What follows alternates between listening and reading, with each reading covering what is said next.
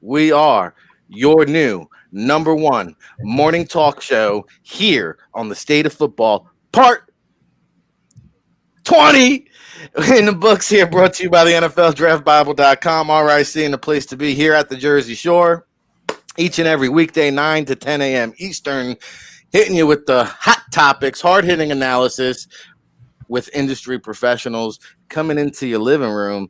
And we've got another all-star panel lined up for today. Go around the horn real quickly here, introduce our guests, and then we'll dive right into it because there's a lot to get into. It's going to get hot. It's going to get heavy. And if you tuned in all week long, then you already know we had Ted Jackson, where we laughed, we cried, we had intense debate about social injustice yesterday. We share all kinds of emotions. And before we dig into it all, we have this new book, Scout Speak, by Neil Stratton, who is on the show quite frequently at Inside the League. I've already gotten about halfway through it in my first sit down yesterday. The first batch came, and we're going to give one of these bad boys away right here on the show. So I'm going to remind you how to win one. Stay tuned. We'll get into the show a little bit, and I'll tell you how to win one of these bad boys. Of course, tonight we've got a Friday Night Scout School with Ryan Roberts and David Turner. You will see David Turner joins us here from the West Coast of the hot desert in Phoenix, Arizona, and Justin Van Fulpen, of course, from Sport 5 Management, joining us once again in Michigan. We have Mook Williams down in Boston, of course, with NFL Draft Bible Consulting, former co-founder of Vayner Sports, and John Murphy in Louisiana, of course, Toronto Argonauts VP and NFL Draft Bible Familia. Let's dive into it, folks. There's a lot to get into. We spent most of yesterday's show on the social injustice occurring. We'll try to get to that in the second part of the show with, 9 NFL teams standing down from practice. Talked about the competitive imbalance maybe there with only 14 padded practices. Suddenly you lose a handful of those practices. Other teams deciding to move forward.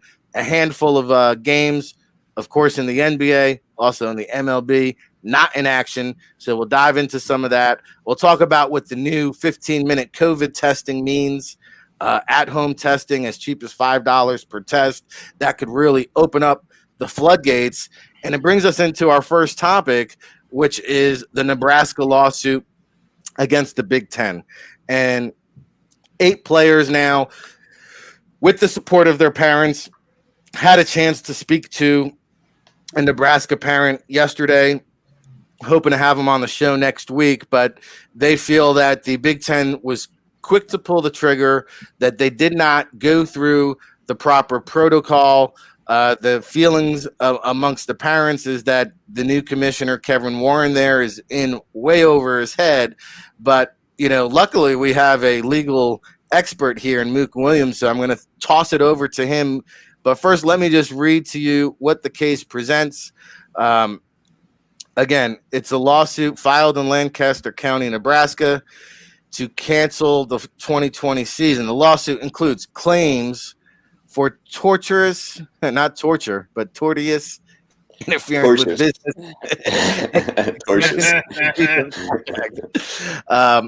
The players argue that the Big Ten Council of Presidents and Chancellors failed to actually vote on the cancellation of the season. It's a violation of bylaws that requires at least 60% of the council to approve the decision. This was part of the beef that we heard some of the coaches make. They also claim that the Big Ten relied on a study of potential COVID-19 health effects on patients who are much older than the college football players and not in similar physical condition. The players likewise tout the notion that a college football environment is safer for the athletes than an environment where college football is not being played. With that being said, Mook, please break this down for us in English terms. Well, this is unprecedented, of course, within college football, college sports. The court that's been filed in probably has seen nothing anywhere close to this. They're used to seeing a lot more simplified cases. So that'll be interesting to see how it plays out. But I think overall, this lawsuit is intended just to get through the discovery process, get some information out there, which can then be used to turn around and put some public pressure on the Big Ten and maybe influence other conferences as well. The suit itself is not pursuing a lot of damages. It's not really set out to get financial retribution on the Big Ten. It just wants to understand how the voting process went, what information it was based on.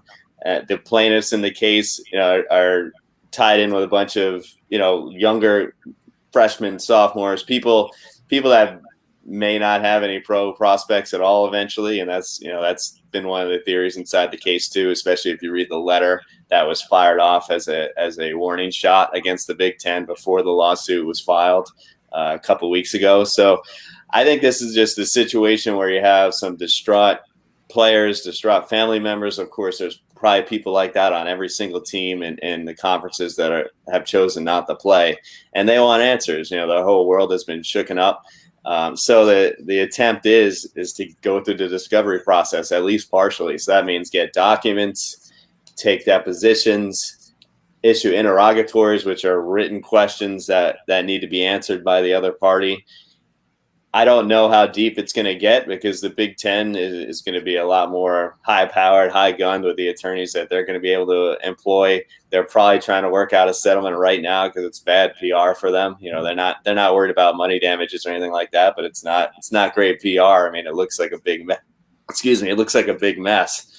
And it's certainly from our perspective, it doesn't look like it was run in the smoothest, most professional way possible. So Big Ten is going to try and file motions to dismiss early on, protective orders for some of this information to never get out. And I think really this is a lawsuit aimed at obtaining information. It's not designed to get all the way to the finish line and get a victory because, look, it's going to take a while. By the time this gets to the finish line, the season's already going to be passed and there's going to be an appeal and all that. This is simply a mechanism to get information and also get a little bit of PR and public sentiment on the other side. And maybe if enough of these suits are filed in all these different states that involve Big Ten schools and other conferences where there's not going to be any football, maybe that's like a last ditch, desperate attempt that might sway the conferences a little bit. I don't think they will, but that's what this lawsuit is. It's a PR tool. It's an information gathering tool. And it's not something that's going to actually cross the finish line, I think, in a year or two down the line. Well, we have heard that the Big Ten is exploring now a winter season in domes. And I don't know if that is coming from the schools pushing that. I don't think it's coming from the conference. But I'll go over to Justin Van Fulpen, his first time on the show this week, because Nebraska and Iowa, they were pretty defiant, right? They were the two big schools in the Big Ten that was like, hey, maybe we'll go play in the SEC this year. And it didn't take long for Iowa to cancel 4 of their sports.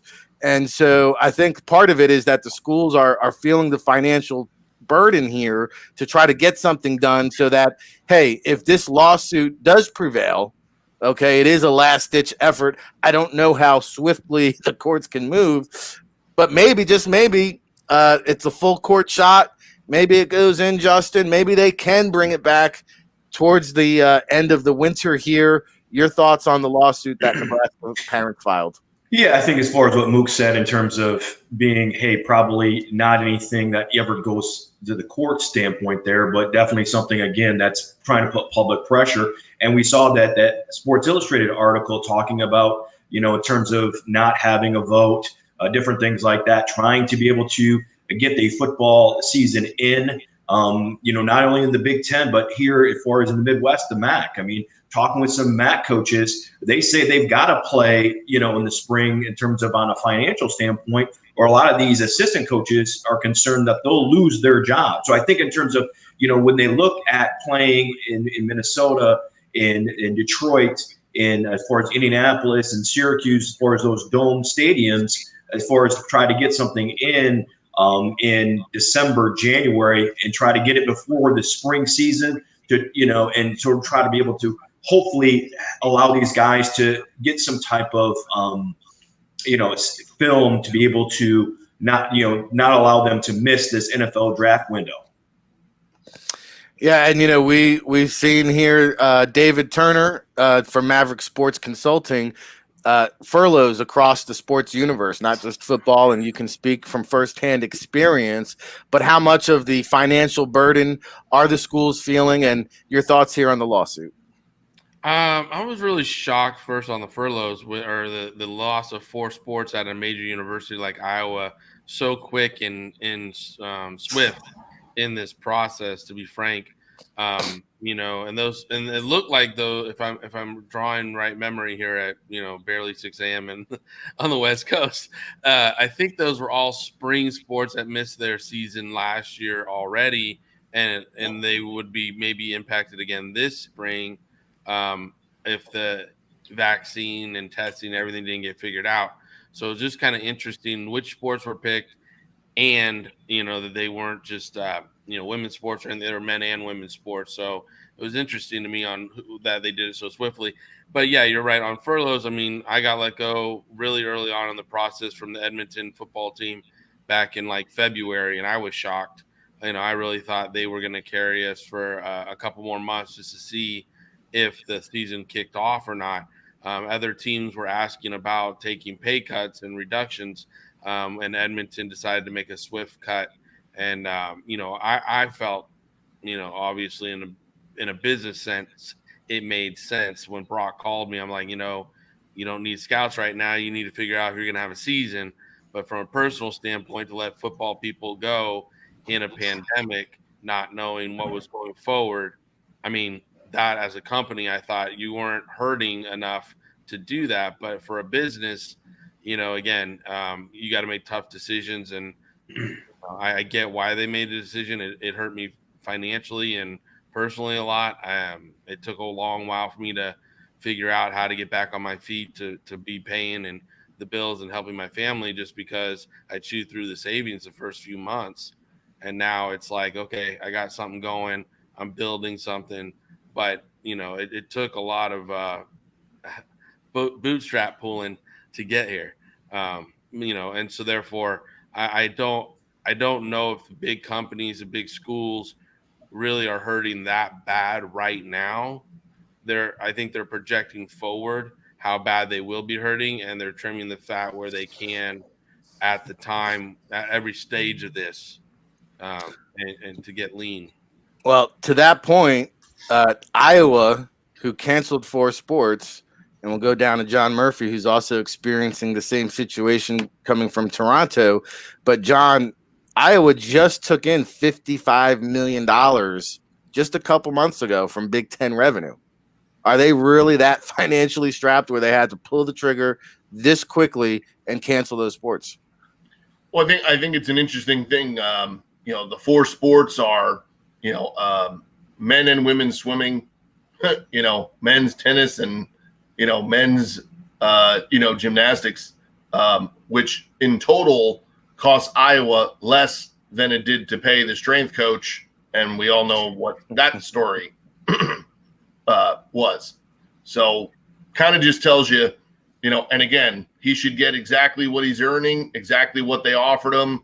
And, that's on the AD, who spent exactly, according to one of the participants in the meeting, all of 10 minutes, basically just announcing that the 4 sports were cut. And the next thing he did was cut himself from the meeting and allowed basically the staffers to explain the situation to all those guys, and just, for emphasis, there's roughly probably about 100 kids on a, college football team, with 80, 85 of them, probably on scholarship in a given year, on a 30-man team, men's swim team in the NCAA. The average amount of people on scholarship is 9.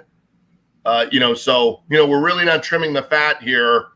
If the football head coach, is under contract to the tune of $40-odd million, and the 4 programs you cut cost the school about $800,000 a year,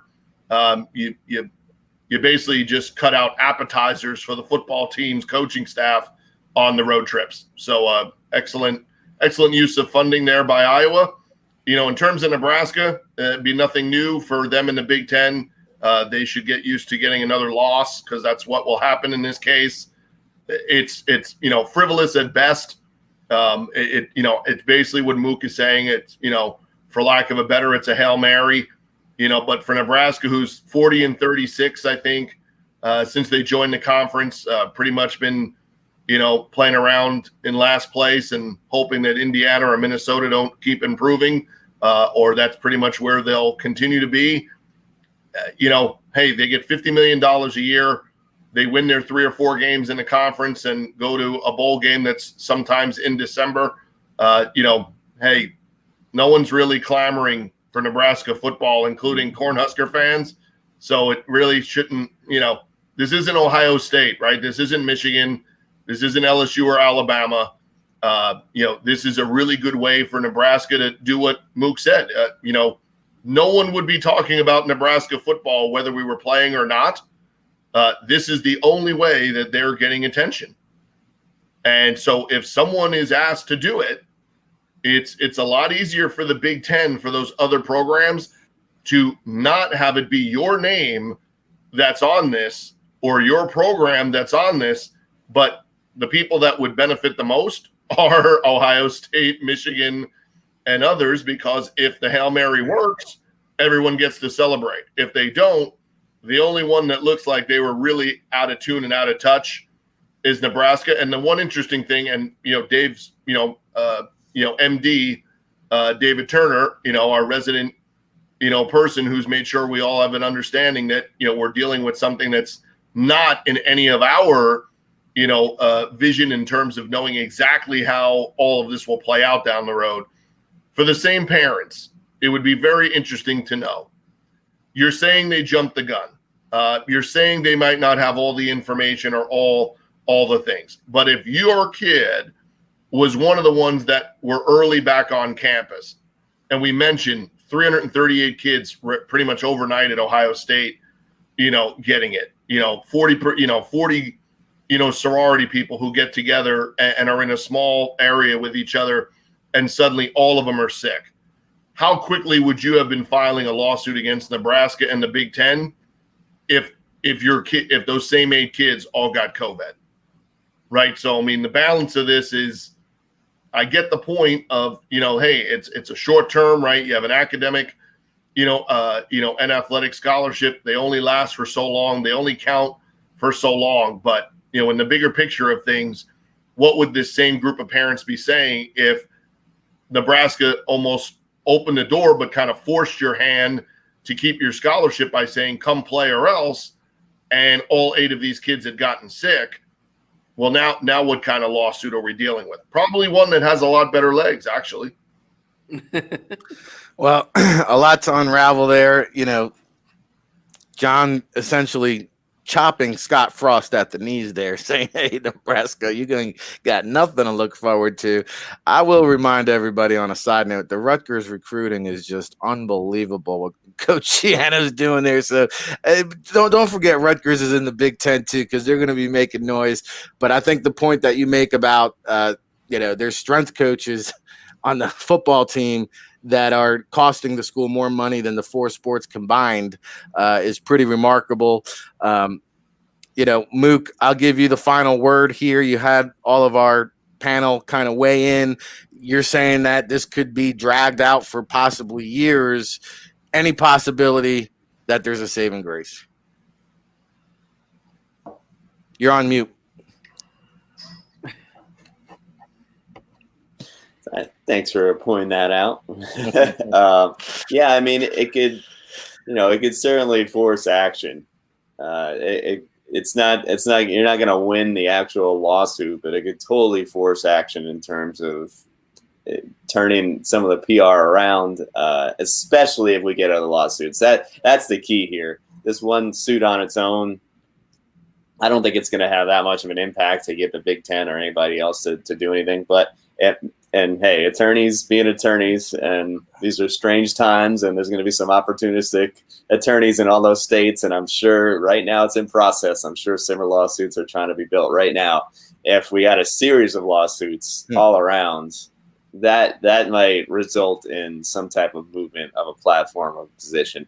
The lawsuits aren't actually win, but they are a tool to maybe get somewhere. It is a Hail Mary still, but I think the chances increase of maybe at least getting more information out, at least changing the Big Ten process, maybe getting some kind of a winter season. I don't know. That there may be some movement in the other direction, but I think you need a series of lawsuits where real information comes out in discovery. Because right now this lawsuit, all right, it's one shot to get this information. It depends on the judge. It depends on the attorneys.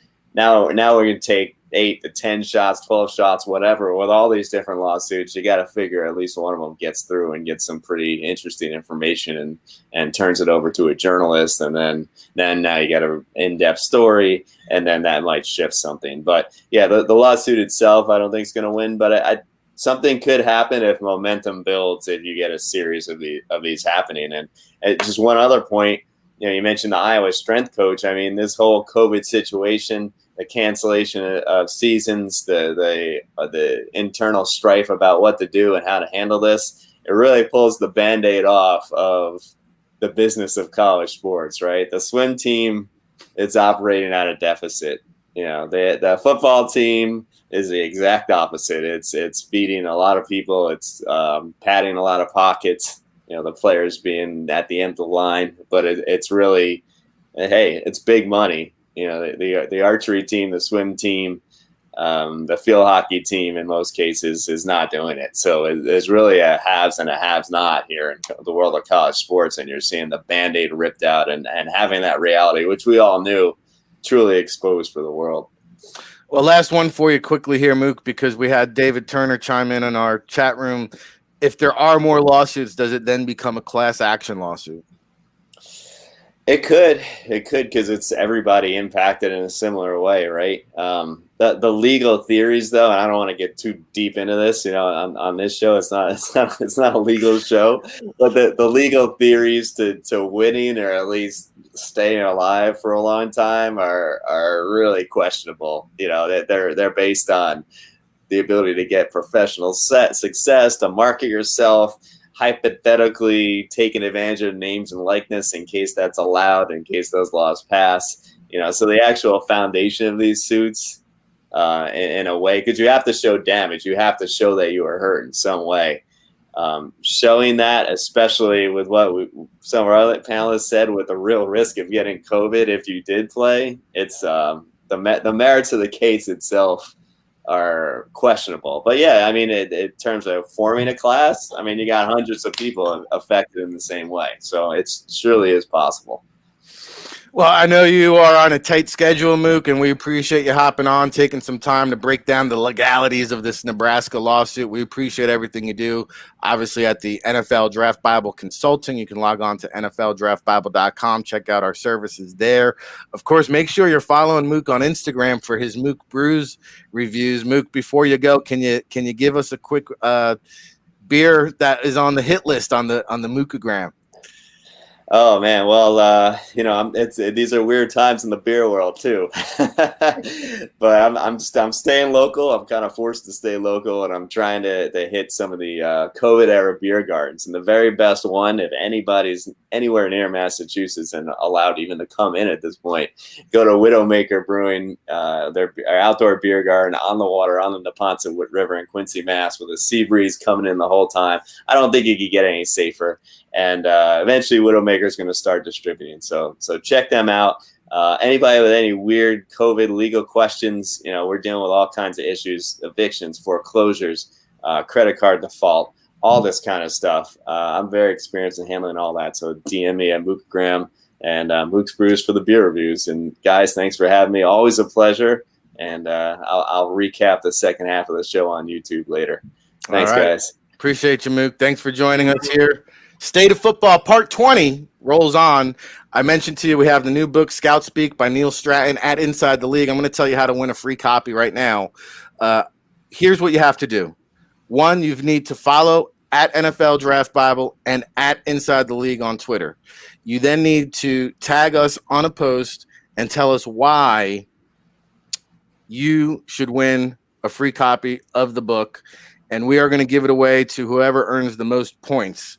And what I mean by points is we're going to do it like this. You get 2 points for a retweet, 1 point for a like, and we will hold that contest open until 9 p.m.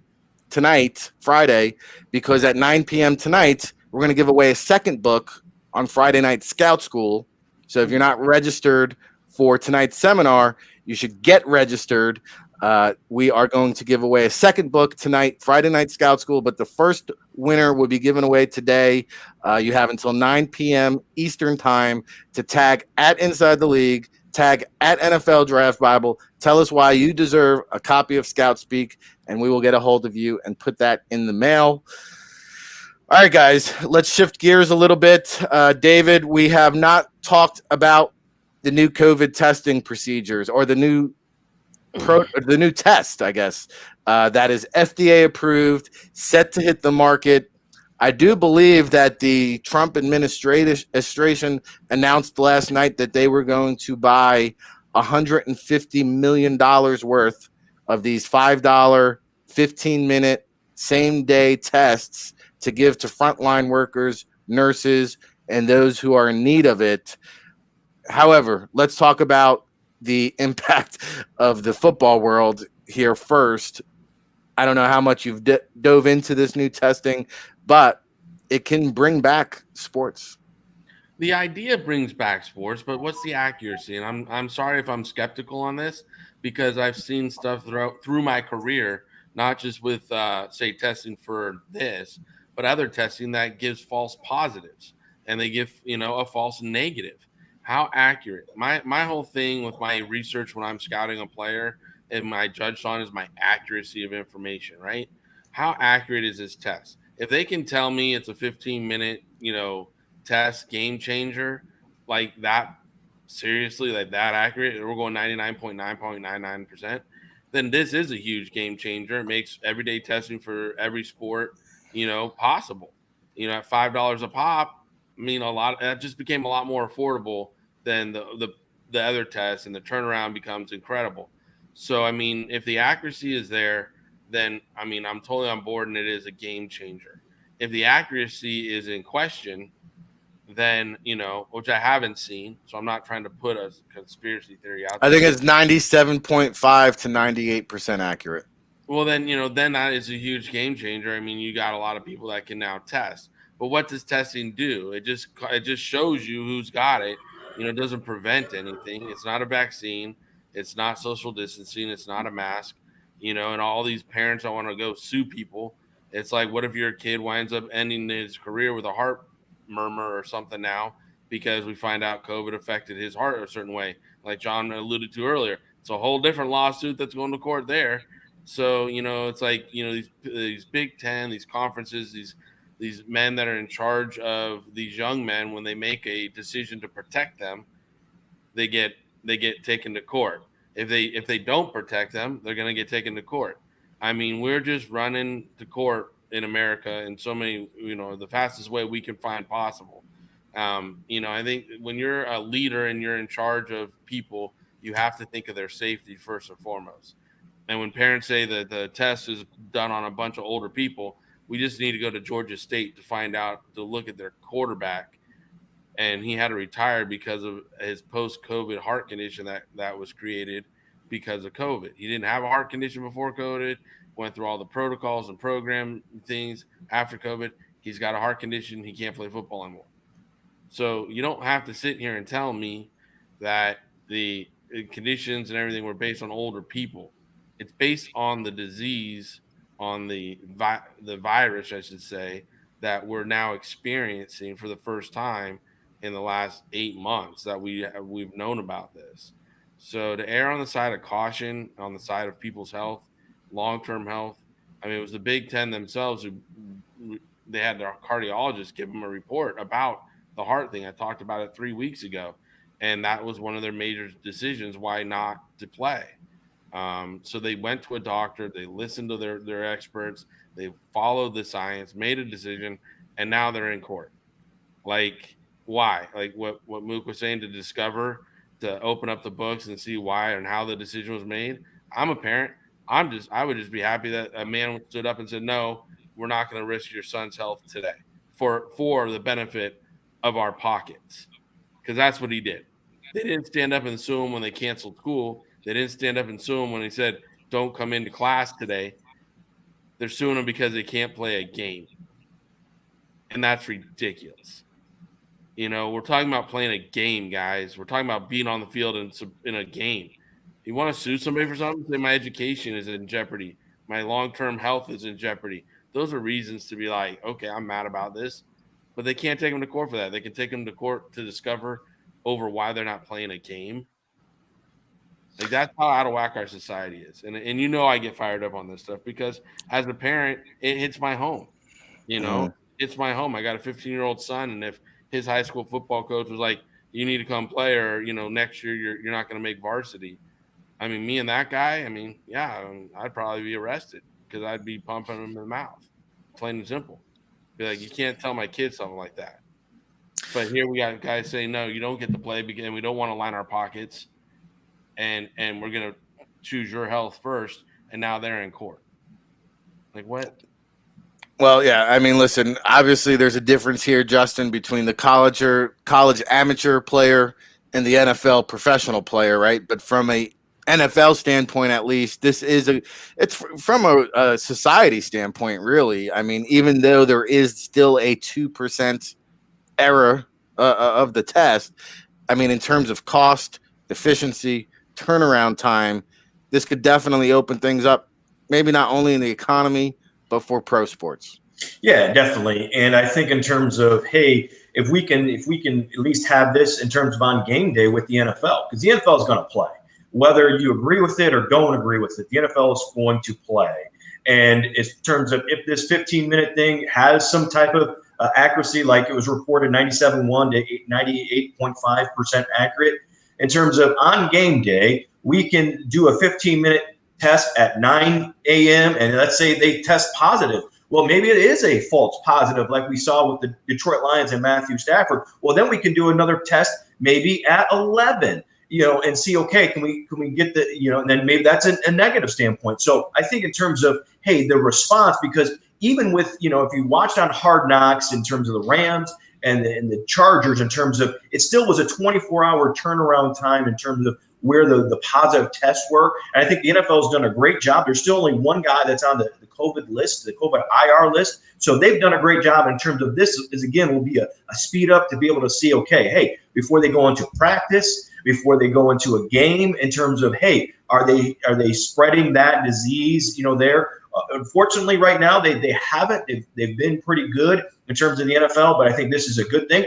And this might be a standpoint of helping the NFL in terms of get fans in the stands, because if you can allow a fan to take a COVID test and maybe it's got to be, you know, 2 hours before the game and you're getting the results, and then there's an app to be able to then get into the stadium. And now we know that these 80,000 people aren't, you know, positive. You know, I think that's where, in terms of on a revenue standpoint, you know, allows people to get a little bit back to normal. Obviously, people are waiting for a vaccine to be able to be a little bit more comfortable, you know, there. And, you know, I just want to make one point there, what David made in terms of about the Big Ten. The problem, though, is Kevin Warren is allowing his son at Mississippi State to play in the SEC, but he's not allowing these guys in the Big Ten to play. So wow. I think that is in terms of he's not looking out for the best interest of, you know, for his kids, because if he had that belief, he would pull his son out of Mississippi State. He wouldn't allow his son at Mississippi State play. So Kevin Warren's as far as that fault there. Wow, I you know, I'll be honest, I was unaware of that. So that's an interesting wrinkle to the equation. You know, John, I'll let you be open-ended here if you want to dive into that. My point was going to be, you know, Budda Baker, recently the highest paid safety in the NFL this week, he came out and said, hey, NFL, you need to keep the daily testing intact. Now, we know a week from today, daily testing, does it go by the wayside? There's no agreement intact by the NFL and NFLPA, but I would imagine this cheaper, cost-effective, quick turnaround new testing system could enable daily testing through the remainder of the season. And the other thing I was going to ask you is, had this test been around a couple weeks ago, do you think there was any possibility it could have saved the CFL? Well, I think what it does now is if you're weighing the options back and forth between the NFL teams that have said, like, hey, to keep this as much away from us as possible, that they've been willing to go outside of their norm and offer a bubble type scenario to keep just their group of people kind of hubbed all together. A 15-minute test would allow the veterans the accessibility to interact with family, everyday life, still go to practice healthy, still not infect or affect, any of their teammates, coaches, or others. So I think you would streamline some of that process to say that, for the haves, it becomes, something that even if the NFL doesn't keep up everyday testing and only goes to that twice a week kind of scenario and says, well, like Thursday or Friday, we're going to start doing the first test toward being cleared for game day. You as an individual then, at $5 a pop as a pro athlete, you're going to be able to insulate yourself to who you are around, but not make your life, status be so drastically different, as you saw with one player who opted in, and then his family's in Ohio for the season, and he has said, I'm going to have nothing to do with them. Actually, it's Raheem Mostert, left his family and child there and is in San Francisco and basically said, I will not see them until after the season because I'm not going to put them around what I'm probably going to be around, during the season. Well, all of a sudden that's a game changer, for a lot of those type situations. The question is, and we've mentioned it before, college campus, NFL, CFL, or any other business or people, you can't think that this would then be a perfect answer to say, if you're using it and then try to just go back to totally everyday life, that's probably still going to cause, some issues, and scenarios, right? You can't then, have 1,000 people all working in the same office. You can't go, out, and go to the games with 80,000 people, there, and stuff. And Justin can't turn Tinder back on, just yet, so you got to be careful, with what you're doing with it. But hey, let's be honest, right? We all know that if people heard there's a 15-minute test, and whatever, well, the first thing that's going to happen is everybody's running out to grab that test, a Friday night at 6:45 and get their clearance, and then hit the streets, and that's going to be courtesy of literally, everybody that's been stuck indoors for 6 months. So I think it helps. I don't know what it would have done, in terms of, when you're going from one country to the other and probably 70% of the people coming in, were coming from the U.S., you're still talking about, a few other levels of things that the CFL would have had to deal with, in terms of getting people into the country, clearing them, even with a 15-minute test. You still want a couple of those cycles, for that. So, I still think that would have made it less difficult, but, probably the same result, for the CFL, mainly because of the thing of, like I said, it's one thing in country, and, the Lions have been with the Lions and the Cowboys, have all been together. The same thing with the Saints. Now, when you're going outside that bubble to travel and play games, that's where a 15-minute test could help. You take off from Dallas, you land in Detroit, you go to the hotel, you instantly check in, take your 15-minute test. Everybody's good to go. Great. Everybody goes to walk through. Everybody goes to practice. Sunday morning, you take your other one, play the game, fly back to Dallas. Monday, you're taking another one. Everybody's cleared. They all go to practice. Like, hey, we're talking about, $15 a person to do those 3 kind of tests on a road trip, and you're getting them before you leave, when you land, and after you get back. That probably is still an expense, right? It's gonna, 80 to 100 people, per team that are getting tested, all the time like that. But I think from the result standpoint and a safety standpoint, that might let the NFL survive. That might allow a few Lou Williams, incidents in the NFL to take place, and not have it be shut down and not be creating, the scheduling strife, that Major League Baseball has, where there's 2 or 3 teams over this weekend that are going to hit 30 games played, and then you have 4 or 5 teams that are barely over 20 games played in Major League Baseball, and that's without weather issues and other that are still to come. So I think for the NFL, you're traveling, the winter time's coming sooner than it's not in a lot of places. To have a 15-minute COVID test is probably going to be a big deal to keep the safety of the players, but really the safety of the season intact. Talking about the new COVID testing, I don't want to shut you down from commenting this. I'm going to go up to David Turner, but I also don't want to glaze over Justin's point where, I was unaware Kevin Warren's son playing at Mississippi State, I think he said so. His son is actually going to participate in the SEC season. And here he is telling all the parents and players in schools of the Big Ten, you can't play, but my son can. If that's not the ultimate contradiction, I don't know what is, brother.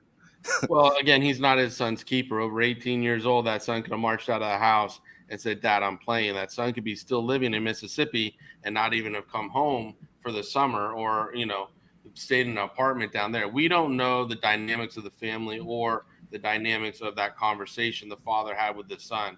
The father could say, listen, I don't want you to play. I'm making this ruling for the Big Ten. You need to look at all the science that I'm putting out there. And as an 18, 19-year-old young man, he thumbs his nose at his father and says, no, Dad, I'm going to play. You can't stop me. And guess what? He can't, because he is an 18-year-old young man and he's going down there to do it. So I'm just saying I can't dive in to letting and not letting when they're young adults like this. You can't control them. I know when I was 18, 19 years old, God bless my mother, she tried. And as a little Italian lady, she did a lot. But there were times I thumbed my nose at her. I stormed out of the house and she couldn't stop me. So, I don't see that there's hypocrisy here or there's a problem, because SEC, the guidance in the SEC is saying we can play. We're going to go forward. We're going to play. They might have the testing in place. They might have the funds for everything that, again, his business doesn't have. So he needs to make the decision for his business and separate business from family on the process of playing football. I don't know the man. I don't know the situation close enough. But when it comes to family decisions, how I do at my house is way different than business decisions. Because if I did it like my business decisions, my daughter's room wouldn't look like Toys R Us threw up in it. But, because she's so cute and I really love her, I buy her that toy. Business-wise, I don't do that. So, again, family and business to me are separated, and I think in most people's lives it's separated. So I can't comment on it. It's interesting information to process and digest, but, they could have been a young man that just said, Dad, I'm going to play. You can't stop me. As far as the COVID testing thing goes, it is exciting to know that it's so accurate. But at the end of the day, guys, like we heard earlier in the show, there's only one positive COVID test player right now in the NFL. When Tom Pelissero was on the Mav Sports Take podcast this week, he talked about what a great job they're doing. Their process for road trips has changed. Players aren't going to be able to leave the hotel and go out to eat in that city anymore. They're really trying to cut down because they're learning from baseball. They're seeing the pitfalls and trouble baseball's had with traveling, and they're trying to make policies to correct that so they can get through the season. So, I think this 15-minute COVID test is great to know who gets it quicker, and it's more efficient to keep the testing up every day. But at the end of the day, without social distancing and mask wearing, I don't think we get fans in stands this year. All right, interesting stuff. Fair enough. We debate hot topics here on the State of Football. This is part 20, our 4th week. Unbelievable. But we're going to be here each and every week for you. Weekdays at 9 to 10 a.m. Central, Eastern.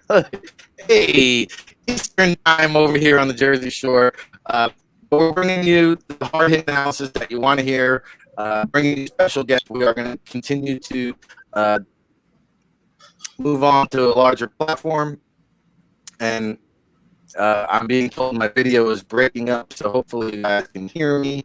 I did want to say one more reminder. If you want to win Scout Speak, we are giving away a book.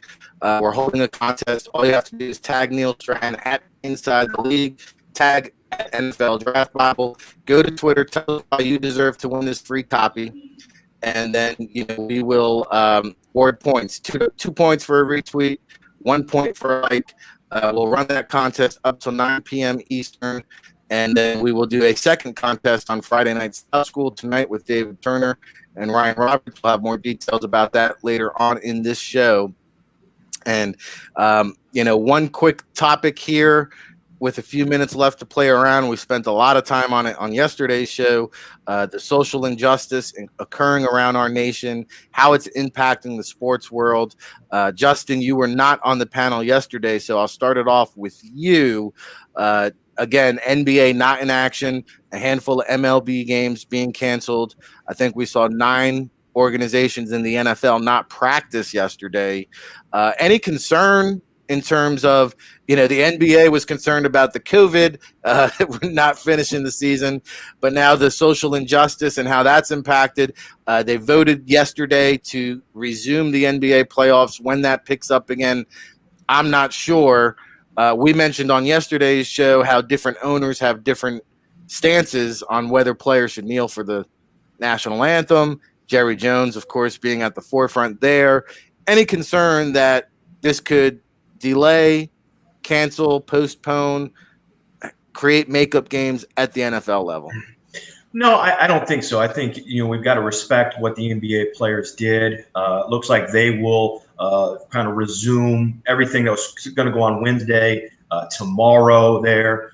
In terms of the NFL standpoint there, I think in terms of they're doing what they've got to do and trying to take steps in terms of activism on this. But in terms of, I don't see any type of delays. I don't see any type of canceled games.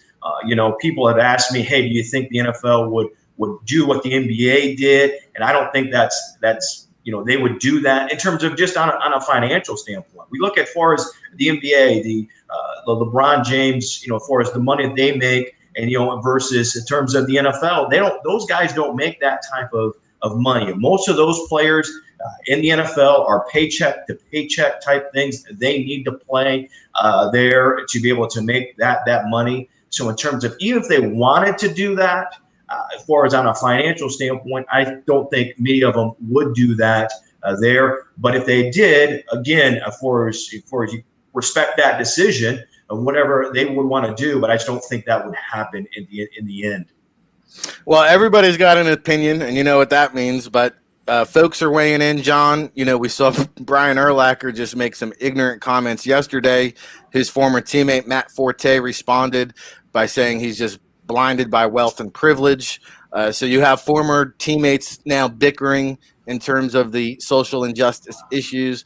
Does it trickle down to the playing field? Does it trickle down to the NFL players? Justin makes a good point. There's a lot more guaranteed money in the NBA. I don't think that NFL teams or the players on NFL teams can afford to skip a game paycheck. Yeah, I think the interesting thing there would be, you first off, you have the imbalance of the finances. The other thing you do is you only have the 12, it only took a handful of guys on the Bucks to then influence, others, because you're only talking about having the rosters that are active on game day for the NBA, right? So they're not going to follow through, and play a game if the top 4 guys on the Bucks say we're not dressing and playing. Well, there's not really much else you can do, in terms of the size of the NBA roster, right? And then you saw, Orlando not wanting to be on the wrong side of it, although that's probably the only way they would have gotten another victory in that series, was to take the forfeit. They didn't want to be on the wrong side of history. They took a pass and said, no, we're not forfeiting. We're not playing either. I think you saw that we talked about it. Mookie Betts was not going to play. The rest of the Dodgers lineup response was, you know what? If you're not playing, we're not playing, and that took a step. Then you saw, later that night after the game, and a media person asked one of the Mets players, that like, hey, you've been in a great rhythm and you've been one of the hottest hitters in Major League Baseball, just not a good night tonight. And he pretty much melted in the interview, admitting that, he's so disturbed by everything else going on around him that, he just kind of checked out, in that game. And you saw how his teammates responded yesterday, where unbeknownst pretty much to anyone, including, the opposing team, they took the field and stood there and then walked off. And you did see two of his teammates literally go right toward him, walking off the field to let people know that, this was not a Dominic Smith issue. This became a club issue. And you immediately saw the GM support the players. You immediately saw the organization, support the team and the players, and not go in the direction of what the league had tried to give as a format for this. So you do see every once in a while, kind of little cracks, in there where the clubs and the people are feeling the vibe, and the wave of where this is going, and everyone's trying to stand in the right place when it comes to it. But, unfortunately, it was only, whatever they said, 60 or 90 days between the video of George Floyd and this video.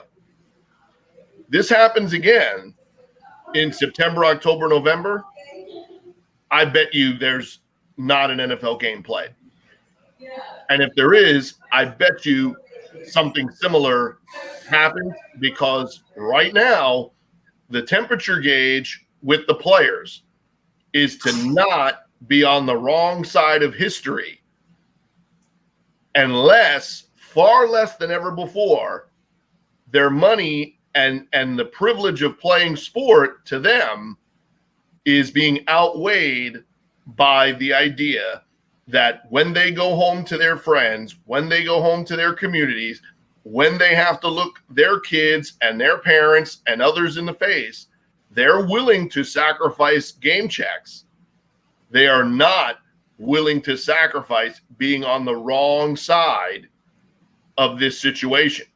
So it's a very, very different time when you see, and David mentioned it, when you see the Ravens being so outspoken, when you see two teams walk out of a meeting and say, hey, I don't know about y'all, but even if the vote is going to be to play, and they agreed to play when everyone else said they wanted to play, you saw that the head guys of those two teams still wanted the point to be made that Kawhi Leonard and LeBron James and others, and Anthony would walk away from an NBA title instead of endorsing what they saw and pretending like it didn't exist, right? When you see guys doing that, when you see the NHL with their very limited number of minorities on the ice and in the wings, and probably, fan support and the lowest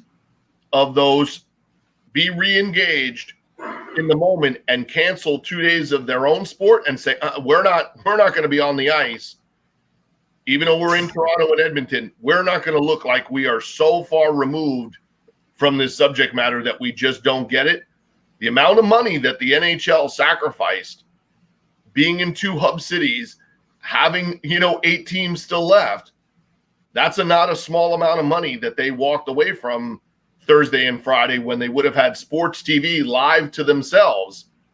So it just shows you the response is what's changing.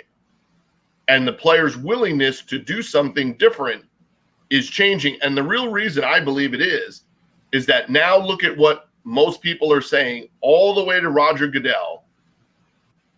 even though he may never play another game and earn another paycheck in the NFL, history is going to put Colin Kaepernick in a very different position than where he was 4 years ago.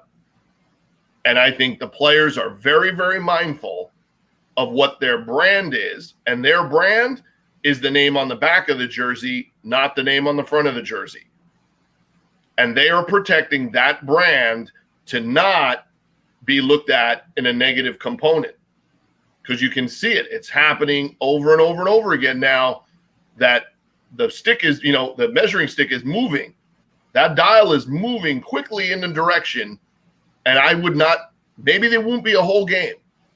Maybe it will be something similar, to where baseball was trying to get them to walk off the field, pause for a minute, have it be talked about on the broadcast, have something be read by Major League Baseball officials prior to the start of all the games, and then play the game. Maybe there will be an in-between. But I would bet there will be a halt or something if we see something happen again, and it happens while the NFL is in season. I think you're going to have an overwhelming group of guys that just say, hey, we have to make our statement. Right. Baseball has done it. Hockey even shut down for 2 days. Basketball, has done it. I don't get the vibe that the NFL players, even though there's 53 of them and they all have different levels of financial, somebody in that locker room is going to say, hell no, I'm not going on that side of the fence. I'm not being that guy that didn't do, what is now the right thing to do, when I know that it's going to be, the light is not going to be shown on Colin Kaepernick that way. The light would be, why aren't any of these guys doing something similar? And I think that's the big thing that we've seen. The politics of it has changed almost 180 degrees.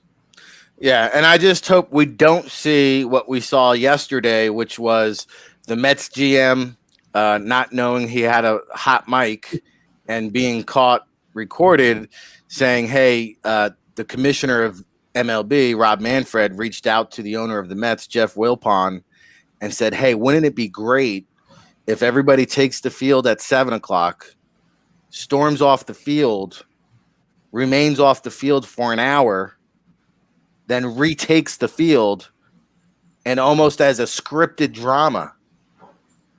And that, to me, was disappointing. And credit to the GM of the Mets by saying, hey, we're not doing that. The commissioner just doesn't get it. Roger Goodell is now getting it, David, and I don't want to steal your thunder. We're running out of time here. I'll give you the final word, but kudos to the Ravens organization. The press release and the statement they put out is more demanding than what our government leaders are requesting and asking for. Right. I mean, you're starting to see sports take on a leadership role, which is disappointing almost, that they're taking on this role over national government leadership. I mean, they bluntly come out and say, arrest Breonna Taylor's killers. Like, bluntly. As an organization, I commend them and give them kudos for saying, we're going to release this as an organization, not our players, not our captains, not our head coach. As an organization, we're releasing this. And then they went and they took a nice photo outside that said, our nation must change like now. I think it was on the board. And you have to respect this organization of being a progressive organization that is standing by the side of their players, their employees, and Americans that need to be treated fairly. Okay, we're not talking about anything but treating people fairly. And John talked about, from Floyd to Jacob, in between there've been other killings. There's been other instances. And I was having this debate with my 15-year-old son last night. You see the mistreatment of men and women of color, and then people want to point out they have warrants or they have this or that, and that's what's going on. But then you see this 17-year-old child get part of a militia and go to Wisconsin over state lines, and unfortunately for himself, felt empowered to bring a loaded weapon to this protest and then got in a situation he's not trained for, he's not ready for, he doesn't know how to handle that. And then his reaction is to, unfortunately, sadly, kill 2 people and injure another. Now, this 17-year-old young man who felt empowered went and got himself in a situation he is not ready for. And he murdered 2 people and injured another in something that could have been prevented. Like, those militia opportunists, as I call them, should not be allowed to be walking the street with loaded weapons. Like, that in itself, the police needs to police. Our police need to be trained better to use non-lethal force. Because, being honest with you, if our police aren't securing their own safety and don't have the training to secure their own safety and the safety of the perpetrator, of the felon, of whoever they're going after, if they don't have the abilities to make sure both people come out of a conflict safely, we're not training our police correctly. I'm not here, saying defund the police. I'm saying retrain. Let's get the training to the point where both the perpetrator and the police officer are safe when they come out of this situation. It's not always doable. I get it. But that's what that's what I hope. That's what, like yesterday, we talked about what's the end goal. What's your end goal as a player? My end goal, as for trying to bring my voice to this subject matter, is that the police get retrained. They get better trained on grappling techniques to be able to secure themselves, help make sure that other police officers in situations come out safely, and the perpetrator comes out safely. So fatalities, no matter what color you are, go down, but also the treatment of minorities, black, brown, yellow, whatever your skin color is, those fatalities get way down, and the treatment of everybody becomes more uniformic to where we're getting treated the same. And that's, I think, on the spirit of Martin Luther King and everybody that has ever marched in nonviolent protest or even violent protest, to be honest with you, is we just want to be treated the same. Equality under the law. It's stated in all our Constitution, Bill of Rights. Equality is what's needed here. And the statement from the Ravens yesterday, I thought was a powerful one, and it was one that was speaking on equality. And I really commend them for releasing that. And I honestly, there's 32 NFL teams, and I think 31 other NFL teams kind of kicked themselves they didn't do something like the Ravens did yesterday, because that was a powerful statement. Well, hey, they have that opportunity today. Hot and heavy topics is what we do here on the State of Football each and every weekday, 9 a.m. Eastern. We're out of time, so we'll pick up these conversations next week. David, I know you had Tom Pelissero on the Maverick Sports podcast earlier this week. Make sure you log on to Maverick Sports Consulting. Tonight, Friday Night Scout School, give us a quick synopsis of what you got going on there. Linebackers, baby. Let's go. The guys that hit people, blitz people, come in there and are sack artists. These are some of the most versatile athletes you'll ever find in sports. That pass coverage, the blitz ability, the tackling ability, the instincts, all that's coming out in tonight's game. I'm so fired up. In tonight's Scout School. So I hope people do sign up. I hope they come to not only win the book, but to learn about linebackers and to be part of what we got going on Friday Night Scout School, because the momentum is infectious. I have a feeling we might see some Luke Kuechly there tonight from Dave's Carolina days, the linebackers, maybe. Hey, maybe I don't know. Maybe I don't know if he made the cut. There's a lot of good linebackers. I'm not all sure right, well, he made the cut. We'll have to tune in tonight for Friday Night Scout School. Of course, Justin Van Fulpen, we appreciate the time here. Sport 5 Management. What's going on in your world? Hopefully we can get you back on here next week to continue the hot debates. Yep. Thanks so much for having me. Appreciate being on with you guys. All right, make sure you follow Justin too at J Van Fulpen. You see his Twitter handle there. Of course, my co-host each and every morning here on the State of Football is John Murphy. You can follow him at DraftJM13. That's forever etched in my head. So, John, we will do it all again next week, my friends. Absolutely. And so this Major League Baseball this week was honoring Jackie Robinson with for the week most notably the last 2 days, in lieu of them not being able to do it April 15th. They did it for this week, and pretty astounding, as we've mentioned a few other times on things that when you take a look back how many years ago, what made that be important, right? And Dave just mentioned, what made those marches be important and how long ago they were. School starting up. Only remember this.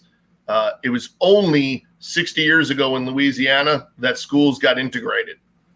The first person who integrated schools in the South, in Louisiana, she's only 56 years old.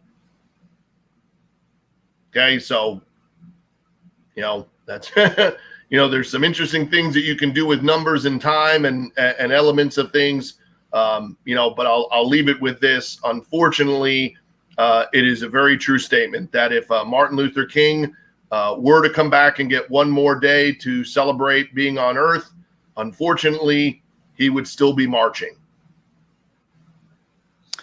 Well, there you have it. We end on that note.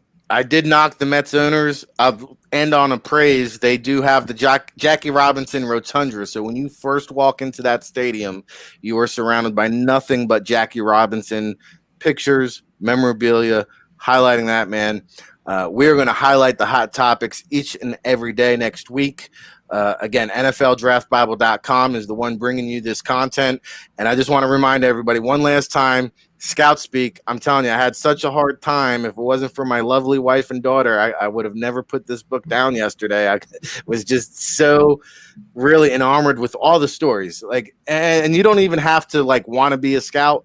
If you're just a football junkie and just want to be brought behind the scenes inside to the football world, I mean, the stories here are just so enjoyable. So again, go to Twitter, tag at Inside the League, tag at NFL Draft Bible. Tell us why you deserve to win this free book, and we will give you 2 points for a retweet, 1 point for a like, and that will run through 9 p.m. Eastern, because our second contest will be held tonight on Friday Night Scout School. So you need a little extra incentive to sign up for tonight's seminar.